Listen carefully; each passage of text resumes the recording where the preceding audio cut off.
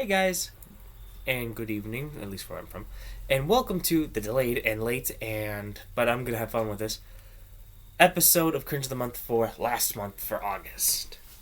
This movie was recommended to me by a coworker days or a week ago or something like that. And the reason this is gonna be good for Cringe of the Month is this movie never saw the light of day for years. I don't know if it was ever released for television, but I do know this movie, actually, it wouldn't. This movie was never released. Never saw anything. The only reason it was made was to keep the copyright claim for the characters it was based off of. That movie is that 1994 movie, The Fantastic Four. And I am picking a perfect time to talk about this because with Marvel making a new Fantastic Four movie, obviously not coming out yet, but just the fact that hopefully a new buzz for the Fantastic Four will happen, I thought I would talk about this movie now. And no, I love the Fantastic Four. Yeah, I have yet to read any of the comics, but character-wise, I love the Fantastic Four. They were one of the first superhero movies I ever watched as a kid, in the 2000 version. But this is a fun fact for me. There's not many movies I hate, but I hate Rise of the Silver Surfer. I find it one of the most appalling and worst superhero sequels of all time. I can't finish it either. I cannot finish it for the life of me. I've tried so many times over the years, but I can never finish it. Anyway, 1994's Fantastic Four was a movie that had probably dirt ham sandwich budget. And, truly, as I said, made just to keep the copyright strike, or the copyright of the characters. Perfect. No, I will not be going into a full detailed thing of this. I will be having fun talking about this. But the reason I'm not going to go into a major dive into this is because, and I will put the description for the movie, because it's free on YouTube. It's not just like clips or anything. You can find the full movie, and it's only it's an hour and 26 minutes. Not even an hour and a half. It's only an hour and 26 minutes. You can find this free on YouTube. And if you don't just click the description, you just search Fantastic Four 1994. It is a movie that you almost have to watch to see how bad it is. But I will say this. Watching it, not much really looked wrong or had the look of this was never released. There were only a few of them, and I'll talk about this now. This movie opens up, of course, with Victor Von Doom and Mr. Fantastic. Obviously still in high school, obviously still friends. Working on a laser to harness the power of a comet. Or a star or something. To have it be theirs. Obviously, this doesn't work. And then we see, in this scene where we see all the characters, we see the first real shirt pull moment of this movie. We're introduced to Sue and Johnny, but way younger than Mr. Fantastic and Ben. I don't know about how much younger, but I do know Reed is in college. I would guess college, if not maybe senior year of high school. Susan looks like she may be middle school age. I'm being generous with this. It's weird. Johnny's a little kid. Thankfully, we get a time skip after Victor Von Doom is supposedly dead after the laser explosion. And we get Reed, Ben, Susan, and Johnny going into the classic space station to harness the space energy for whatever the hell they're doing with a diamond.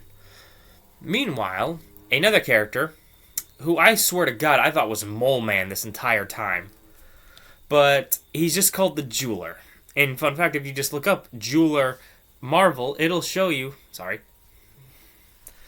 this one character for Earth number 94000. Very clever. Anyway, you get the classic spaceship go boom because the jeweler had replaced a diamond they were going to use, which was this big, with a fake. And then we cut to them surviving the crash. This is the thing with Fantastic Four. I never understood how they survived that, but also it's comic book, so shut up and don't think about it. And we get the classic, they're discovering their abilities. Johnny having a green screen style fire appear in his hand, Susan being green screened invisibility, and Mr. Fantastic having the very bad gimmick of stretching his limbs. And I will say this real quick. I'm going to make fun of the effects for this movie the whole time. I shouldn't, because it's 1994 and everything. As I said, this movie was not released, so I shouldn't really criticize the effects of this movie, but I'm going to. Because it's fun, and this was a funny movie. If I do this a lot, I'm sorry, but my nose has been runny and just crapped like crazy the past few days. They're taken in by who they think are U.S. government, or not even U.S., just government officials looking to help them. They're locked in, and we get the classic situation in all these superhero movies where a doctor is interviewing them or wanting to take a blood sample, and he has to go through all of their powers and see what they do. And only now do we see, or at least when they showed up, now do we get Ben becoming the Thing. And, I will say this. The Thing, spoiler a little bit, the Thing and Doctor Doom are the best parts of this movie. Granted, the Thing's face looks like a monkey. And I know comic accuracy, Thing has like a unibrow or like a big sheet of rock on it. Do I have my phone here? Okay. Okay, I don't know how that happened. I mean, I know what it is. I don't understand how it closed. Let me get a bit. And just for reference for this, you can really see what I'm talking about. I know Ben, or the Thing, has that little unibrow or big skull on his forehead, if you can see that. He has that big chalk of thing on his face. I understand that. But look at this. It looks so bad. He even goes like his mouth also will move so weirdly, and you'll always see his teeth. You'll never see him just kind of talking like this. He'll always talk like this, where you see his teeth. It's so bad, but so funny to look at this thing. It's so hilarious. Like, that's how he talks almost the entire movie. That face is how he talks to this whole thing. Oh, it's so funny. Here's this. Also, this is a show. This is what they look like in the movie. That's not that bad, actually. It's not a bad look. Definitely better than a Fan 4 stick, which, God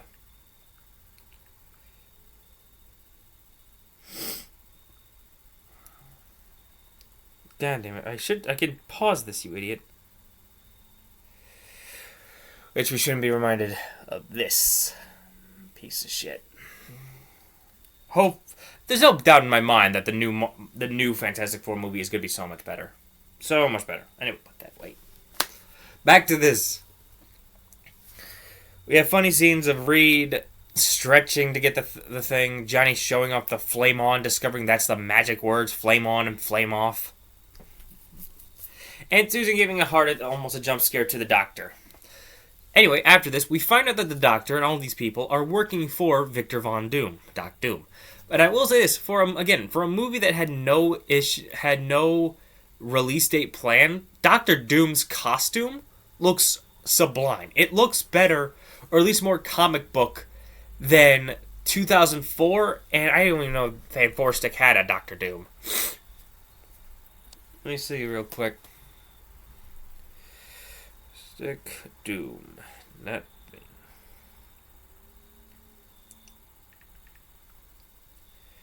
Oh yeah, so much better than this. So much better. I mean, this look will always stick with me as such a great look for Doctor Doom. But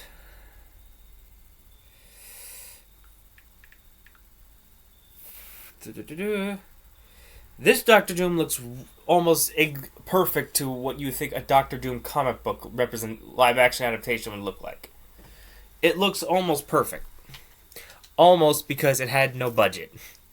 This was probably put together on set with plastic metal. Anyway. After this, we get a very funny scene after an argument between Thing wanting to stay because he wants to find a cure, because, obviously, and the others wanting to leave. We get a very funny scene of the Thing and the other Fantastic Four knocking out the doctors and taking their suits. And Thing just plays cards with a group of unconscious people. It's very funny to me. Meanwhile, while this is happening, the jeweler and his rogue of unwanted, I guess they would be called, I don't know, rats, kidnap Ben's eventual girlfriend and the love interest for the movie, Alicia, the blind chick. Because jeweler wants to make her his queen. Okay. This plot point also, I feel like, could have been scrapped. The jeweler character could have been scrapped so easily. I don't know. Maybe they needed it to fill the runtime. And they break out, and with a really cool fight scene, I will say that. And I do love that they do know the characters with at least what they say and their characters. Because Thing will say, "It's clobbering time," quite a number of times. I think 3 or 4 throughout this movie. Really good, especially when you compare it to the other ones. Well, which I think I can always, well, not getting into that sidetrack. Anyway, after breaking out, we have the discussion with Reed and the others, why they got their powers. And admittedly, I first hear this line, like, oh, this should be interesting, because the powers always were weird to me of why he can stretch, why she can go invisible, why he is fire, and why he's stuck as a rock monster. Okay, that's one. These might be coming in bunches. He explains very kind of stupidly, I will admit, that... Yep, here we go.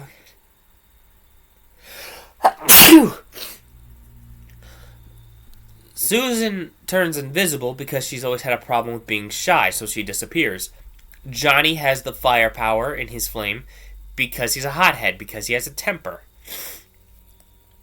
Reed can able to stretch because he's always pushing himself and stretching himself into more than one thing to think about.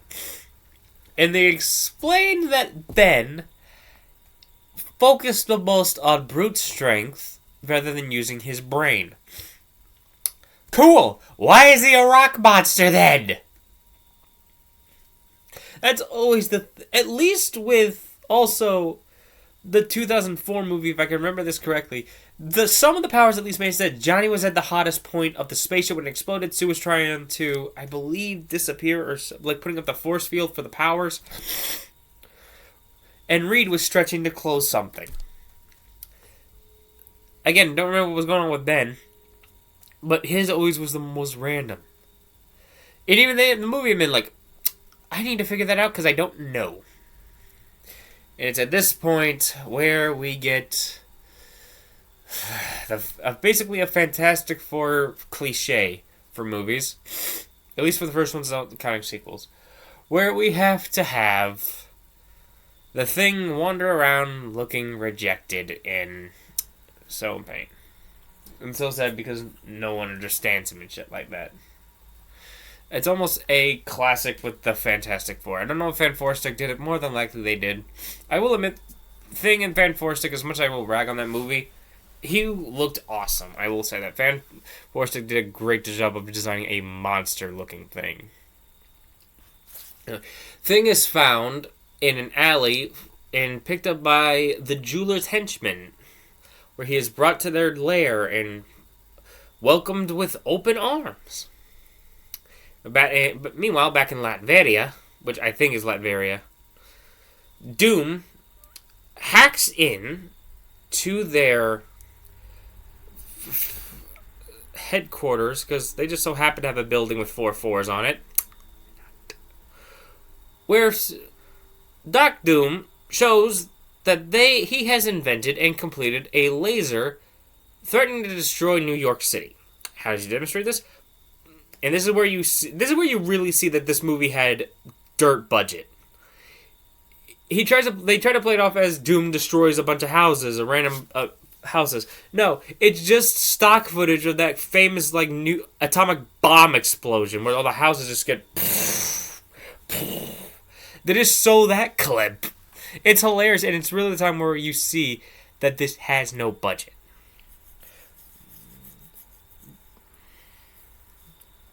To fully complete this, he needs the diamond. So he goes to get this thing. Where we see, once again, another cool fight scene between the Doom guards who look like they're wearing a fucking green Doom bathrobe and nothing underneath, versus the Thing. And again, this leads to a pretty funny scene where the jeweler has Alicia, who he wants as his queen, holds a gun to her head and says, "Take another step and I'll kill her." Doom just goes, "Well, don't let me stop you. You go right ahead." Doom doesn't know this bitch. He doesn't give a shit. And I will say, again, as much as I love the Fantastic Four, Doctor Doom in the 2004 movie, 1994 Doctor Doom is such a sassy ego bitch. He is so hilariously evilly written. It's so good. Again, the movie description hopefully will be in the movie's code or whatever link. There it is. Will be hopefully in the description. If not, just search up the Fantastic Four 1994. You will find this movie like that. That was a terrible spin. There it goes. And this is the part of the movie where, okay, there's 3 scenes in general that really I didn't like. Just because it was either shirt tugging, what the fucking, and a scene that I won't say pissed me off, but it definitely was a breaking point for me. The first scene was college, university level, Mr. Fantastic cheek kissing, I'll say that real quick. Cheek kissing young Susan Storm. No. Again, college, university, maybe, and again, at the youngest, maybe senior high school, kissing maybe middle schooler, if not freshman high schooler. I don't know. I don't want to think about it. It was just weird. Here's the second scene. Doom runs off the jeweler as the Thing's about to charge Doom, grabs Alicia, puts a gun to her head, then threatens to kill her. Ben, or the Thing, then turns back into Ben. Granted, with an actually pretty cool effect transformation. But, and again, read a little Google search shows that the Thing could do this for a while in the comics. But just the idea, because the main point of the Thing is that he always looks like that. He's always the monster of the group, which is why he is looked at as the one who's always looking for the cure the most. He wants the cure the most because he always looks like that. The only other instance I can think of, and I can think of 2, were actually 3. The only other instances that made sense for the Thing to turn back into Ben. The first one, again, 2004, where Doom tricks the Thing into getting more power by ironically curing the Thing where he now doesn't want to be cured. The second one, in Rise of the Silver Surfer, granted, this is usually, I would not get this far, I would only watch this clip on YouTube since it's the only thing I can really watch. The power swapping scene where he and Johnny Storm swap places. Excuse me. And Ben becomes a 5 or 2 minute Human Torch. In the third instance, if I can remember Ben becoming transformation back and forth, is in the Spider-Man animated series cartoon, I think also that came out in 1994, or maybe this episode was a little bit later. It was their Secret Wars arc, where it was the Beyonders bad guys versus Madam Web's good guys in that chess game of good versus evil. If you know what I'm talking about, thank you for watching an awesome show. Where Dr. Doom created his own new Latveria and gave the Thing a watch or a device that allowed him to transform back and forth between the Thing. Those are the only examples that made sense to me, at least, for that to happen. This, I guess he transformed back because he used his brain and not brawn. But even then, 2 minutes later, he's having a very weird transformation back to the Thing. They couldn't just replay the effect, they had to do the fucking page swappers or scene swap thing where it's human bend thing, human bend thing, human bend thing, human bend thing. It's just so weird, man. Got back to Ben rejoining the Fantastic Four. They're now all in their costumes. This is one thing I'll give another thing I'll give Fantastic Four 2000 versus 1994. And granted, this is against comic book accuracy. I like the Thing wearing pants as a costume other than a bun hugger tights with just the four on them. I think pants are just better to see than a rock monster wearing basically a thong or a wrestler's underpants gear. It's just so weird to see him in. And again, comic book accuracy be damned with this. I think the pants for the Thing in the 2000s was better. Anyway, moving on. They all sneak into the lab where Doom has his laser, and we get the scene where, and I think this has almost been in everything Fantastic Four related at least once, where Doom tries to harness the powers of the Fantastic Four and give it to himself to make him more powerful. Doom somehow doesn't account for movie logic where Mr. Fantastic's foot is, and they're all in a force field. All four of them in individual force fields will be drained by the power. Doom doesn't equate to the fact that Reed's foot is probably that much out of the force field. He just stretches his foot and knocks the laser out, freeing them all. Oh, backtracking for a little bit because I want to say this. Their initial escape is caused by Johnny using his fire with the flame on to carve through the doors as fast as he can. And again, granted, not the best effect, but for 1994 unreleased movie, I wouldn't say it's that bad. It actually looked pretty good. But then we get reminded that this is the era where they were trying to use CGI or computer-generated stuff everywhere. Or at least we're trying to incorporate that, because we get the laser launches. It's going to destroy New York City. They can't stop it unless Johnny Storm turns fully into the Human Torch and we get the full flame on in a flying scene. And I was told by my coworker that this scene looked terrible. This is the only full CGI shot in the movie. How do I explain this? I'll explain it like this. The full movie, Mario 64 gameplay. I'm not appealing to look at, but still holds up relatively well. The Human Torch full flame on scene and flying.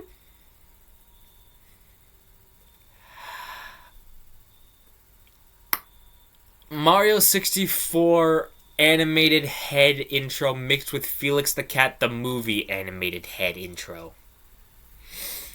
Or if I want to be more dramatic, if you've ever seen Lawnmower Man and have not, look that up. Just look up Lawnmower Man CGI. It has that style. 90s, untested, unfinished, unpolished, not even worth shit on a cracker CGI effect. It's not... I can't believe I'm saying this. It's not bad. It certainly is not good. Hell, Van Four Stick has the better fucking effects, obviously, because it was released. But it's not good. Obviously, we get a final fight between Mr. Fantastic and Dr. Doom, which also, fun fact about this fight, I won't spoil it for you. Again, the two best things in this movie are The Thing and Dr. Doom. They're the best parts of this movie. We get the final battle between Mr. Fantastic and Dr. Doom, while the Human Torch is saving the world from a laser. And it ends... again, pretty good fight scene. Not the best because of Mr. Fantastic's abilities in this movie, but pretty good. And also, Doc using a knife glove, and not... it's... ting, knife finger glove.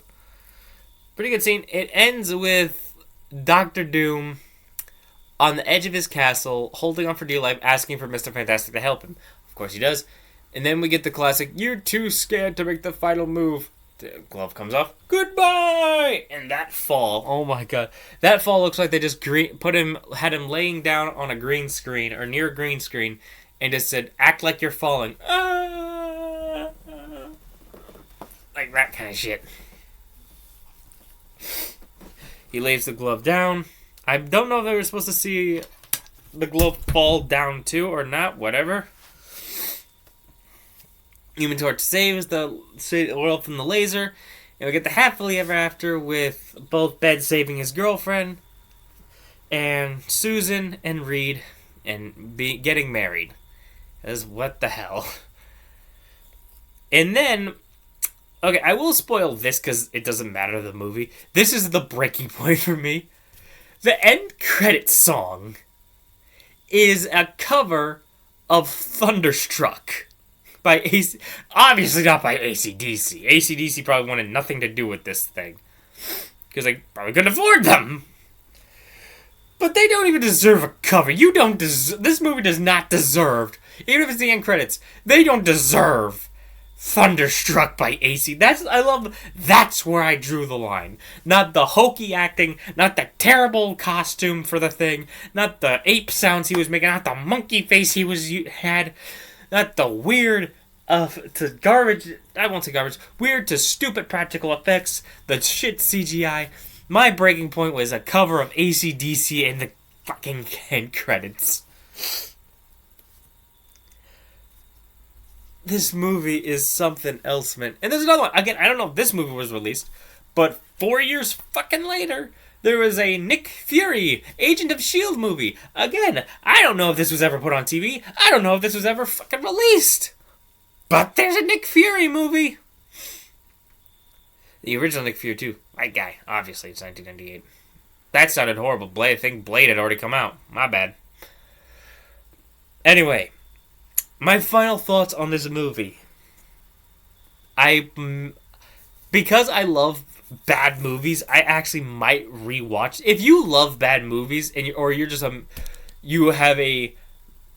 like me where you want to watch bad movies sometimes just to see what they're like, or hell, maybe if you're even a Fantastic Four fan, you at least have to watch this movie once just to say you did.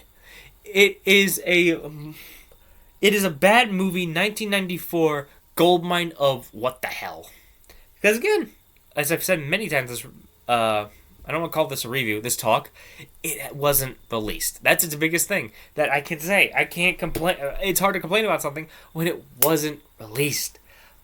But damn it to hell, if the nerd years ago can talk about an unreleased deck enhancer, I sure as hell can talk about an unreleased Fantastic Four movie from 94. This movie is a gem of stupid, and I am highly recommending you watch this movie solely for the fact that if you're a Marvel fan, Fantastic Four fan, or a bad movie fan, you need to watch it at least once.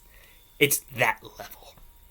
Anyway, that does it for this Cringe of the Month. Hopefully I will at least be a while before I have to do a double episode again. Or a late one again. So, it's just so dumb. I'll see you tomorrow. I promise tomorrow. Next Friday. Friday the 13th, I think it is, will be when Cringe of the Month this September comes out. Again, I have the movie planned. I know exactly what I'm going to talk about. Hopefully you guys enjoy it, and I'll see you in the next video. Later.